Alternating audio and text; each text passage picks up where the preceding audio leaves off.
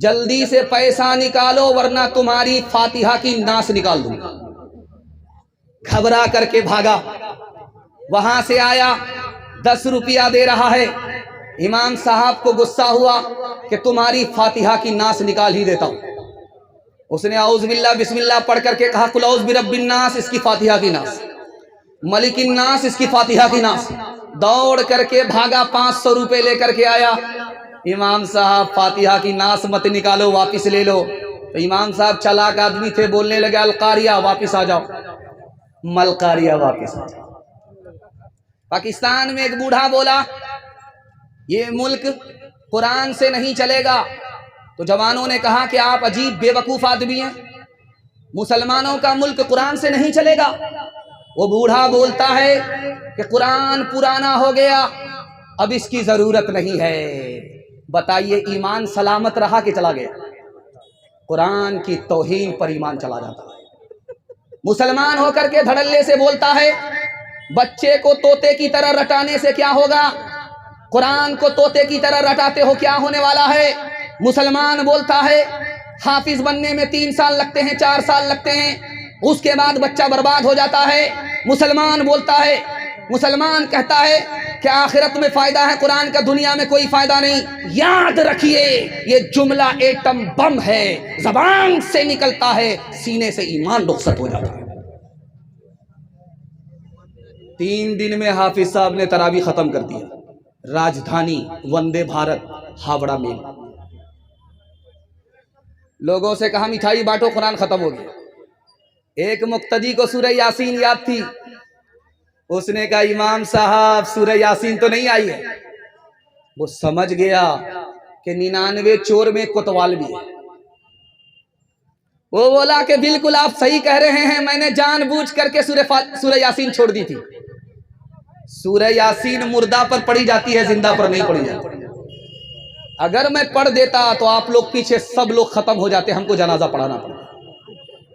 ہاتھ اٹھائیے، وعدہ کیجئے شب برات شعبان کا مہینہ آ رہا ہے، مردوں کے ایصال ثواب کے لیے جم کر کے قرآن پڑھائیں گے، اور اس کے بعد ایک سال بھول جائیں گے۔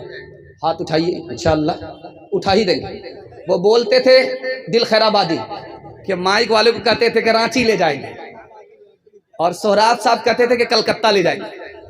ہم آپ کو سیدھا رانچی نہیں، کلکتہ نہیں، آگرہ لے کر کے چلیں گے۔ ہاتھ اٹھائیے، وعدہ کیجئے انشاءاللہ اپنے بچے کو پہلے مسلمان بنائیں گے قرآن پڑھا کر کے، اس کے بعد ڈاکٹر، پروفیسر، انجینئر بنائیں گے۔ ہاتھ اٹھائیے انشاءاللہ۔ طاقوں میں سجایا جاتا ہوں، آنکھوں سے لگایا جاتا ہوں، طاقوں میں سجایا جاتا ہوں، آنکھوں سے لگایا جاتا ہوں، تعویذ بنایا جاتا ہوں، دھو دھو کے پلایا جاتا ہوں۔ جب قول و قسم لینے کے لیے، جب قول و قسم لینے کے لیے تکرار کی نوبت آتی ہے، تب میری ضرورت پڑتی ہے، ہاتھوں پہ اٹھایا جاتا ہوں، تعویذ بنایا جاتا ہوں، دھو دھو کے پلایا جاتا ہوں۔ چھوٹے چھوٹے بچے، قبولیت کی گھڑی، جلسہ بالکل ختم ہونے کے قریب، آپ کا بچہ بیدار ہے، ان کے واسطے دعا کرتا ہوں اللہ آپ کے بچوں کو علم سے، ہنر سے مالا مال فرمائے۔ بادشاہ کے دربار میں بوڑھا آیا، بولا بادشاہ سلامت، میرے پاس 3 تجربہ ہے، میرے پاس 3 علم، مجھے اپنے پاس رکھو، فائدہ ہوگا۔ میں موتی کو دیکھ کر کے بتا دیتا ہوں کہ اصلی ہے کہ نکلی ہے، گھوڑے کی پیٹھ پر جب ہاتھ رکھتا ہوں تو بتا دیتا ہوں کہ یہ اصلی ہے یا نکلی ہے، اور آدمی کو دیکھ کر کے بتا دیتا ہوں کہ کون سے خاندان سے۔ بادشاہ کو حیرت ہوئی کہ کیسا آدمی ہے۔ موتی ہاتھ میں دیا، اس نے منہ میں رکھ کر کے ہاتھ میں نکال کر کے کہا حضور یہ موتی اصلی نہیں ہے، نکلی ہے۔ کہا تم کو کیسے پتا چلا؟ کہا اصلی موتی جب منہ میں رکھتے ہیں تو تھوک آتا ہے، تھوک آیا ہی نہیں، پتا چلا کہ نکلی ہے۔ اس کا دعویٰ بالکل صحیح تھا۔ اس نے گھوڑے کی پیٹھ پر ہاتھ رکھ کر کے کہا یہ گھوڑا نکلی ہے اصلی نہیں ہے، یہ پانی کو دیکھ کر کے بیٹھ جائے گا۔ بولا تمہارا دماغ خراب ہے، یہ بھینس کا بچہ ہے، یہ گھوڑے کا بچہ ہے۔ بولا حضور بھینس کا بچہ تو نہیں ہے، بھینس کا دودھ بچپن میں پیا ہے، جہاں بھی پانی کو دیکھے گا بیٹھ جائے۔ اس کا دعویٰ بالکل صحیح ثابت ہوا۔ اس کے بعد بادشاہ نے کہا میرے اپنے بارے میں بتاؤ کہ میں کس خاندان سے ہوں۔ وہ بولا معاف کیجئے حضور، آپ برہمن نہیں ہے، بنیا۔ بادشاہ سر پر ہاتھ رکھ کر کے بولا کہ تمہیں کیسے پتا چلا؟ کہا حضور جب بھی آپ ہم سے خوش ہوتے تھے تو دال چاول ناپ کر کے دیتے تھے، پیسہ نہیں دیتے تھے۔ میں نے اس سے سمجھ لیا کہ آپ برہمن نہیں ہے، بنیا کی اولاد ہے۔ ہمارے بچے 3 چیزوں میں پیچھے، جانتے ہیں کون کون سی چیز میں ہمارے بچے پیچھے؟ تجارت میں بچے ہمارے پیچھے، 100 میں صرف 5 نوجوان ہمارے تجارت کرتے ہیں، 95 گول۔ ہمارے بچے کس میں پیچھے؟ نوکری میں پیچھے، 100 میں صرف 2 بچے 2 نوجوان نوکری کرتے ہیں، 98 گول۔ ہمارے بچے کس میں پیچھے؟ تعلیم میں پیچھے۔ پوری دنیا میں 150 کروڑ لوگ جاہل، سب سے بڑا جاہل ملک ہندوستان، مرد و عورت میں ہندو مسلمان میں سب سے بڑے جاہل مسلمان۔ مسلمان مرد 62% جاہل، مسلمان عورت 72% جاہل۔ ایک آدمی کو کھیر کھانے میں بڑا مزہ آیا، پوچھا کہ بنتی کیسی ہے؟ کہ اس میں چاول ہوتا ہے، اس میں چینی ہوتی ہے، اس میں دودھ ہوتا ہے۔ کہ سبحان اللہ۔ ایک مٹھی چاول لے کر کے پھانک لیا، ایک مٹھی چینی لے کر کے گھونٹ گیا، ایک گلاس دودھ پی گیا، اس کے بعد کپڑا اتار کر کے چولہے پر لیٹ گیا کہ کھیر پک رہی۔ کھیر تو پک گئی لیکن پتھر پیٹ ہو گیا، پیٹ پتھر ہو گیا۔ جب درد ہونے لگا تو ڈاکٹر کے پاس آیا، ڈاکٹر نے پوچھا کہ تمہارا پیٹ ہے کہ پتھر ہے، کیا کھا لیا تھا؟ کہا حضور کھیر کھائی تھی۔ کہا کھیر تو بڑی نرم ہوتی ہے، تمہارا پیٹ پتھر کیسے ہو گیا؟ کہا حضور آپ بالکل صحیح کہہ رہے ہیں، کھیر تو نرم ہے لیکن پکائی تھی کسی اور ترکیب سے، اس لیے پیٹ پتھر بن گیا۔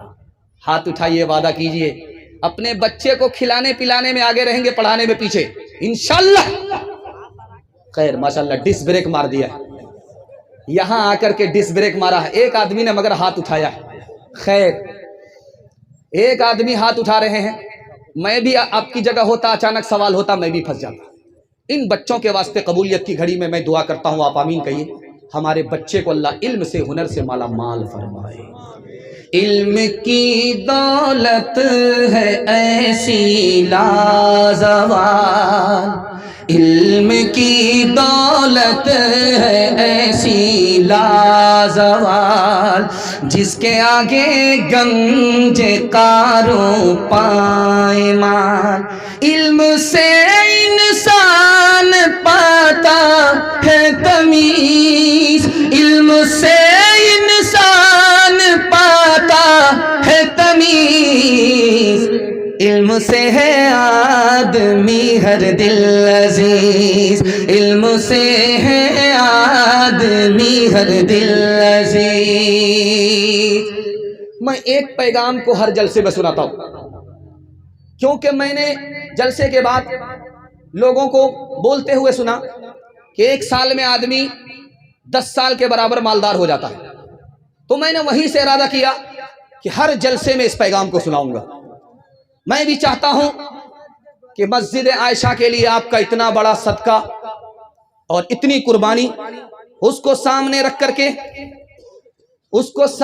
کر کے میں آپ کے سامنے اس پیغام کو رکھنا چاہتا ہوں کہ آپ ہمیشہ مالدار رہیں گے، ہاتھ پر آپ کے پیسہ رہے گا۔ کیسے؟ آپ کو صرف 2 کام کرنا ہے، انشاءاللہ کریں گے؟ ہاتھ اٹھا دیجئے۔ صرف 2 کام، آپ کو صرف 2 کام کرنا۔ آدھا جلسہ نکل چکا، آدھا صرف باقی رہ گیا۔ 2 کام صرف آپ کو کرنا ہے۔ حلال کمائیے، حرام نہیں۔ میں مسند رسول پر بیٹھ کر کے گارنٹی لے رہا ہوں، آپ حرام نہیں حلال کمائیے، اور حساب سے خرچ کیجئے، پانی کی طرح پیسے کو مت بہائیے۔ زیادہ پیسہ ہے زیادہ خرچ کیجئے، کم پیسہ ہے کم خرچ کیجئے۔ حساب سے خرچ کر کے 1 سال دکھائیے، حلال کما کر کے 1 سال دکھائیے، اگلے سال جلسہ کیجئے۔ میں گارنٹی لے کر کے جا رہا ہوں، 1 سال میں اللہ آپ کو 10 سال کے برابر ترقی عطا فرمائے گا۔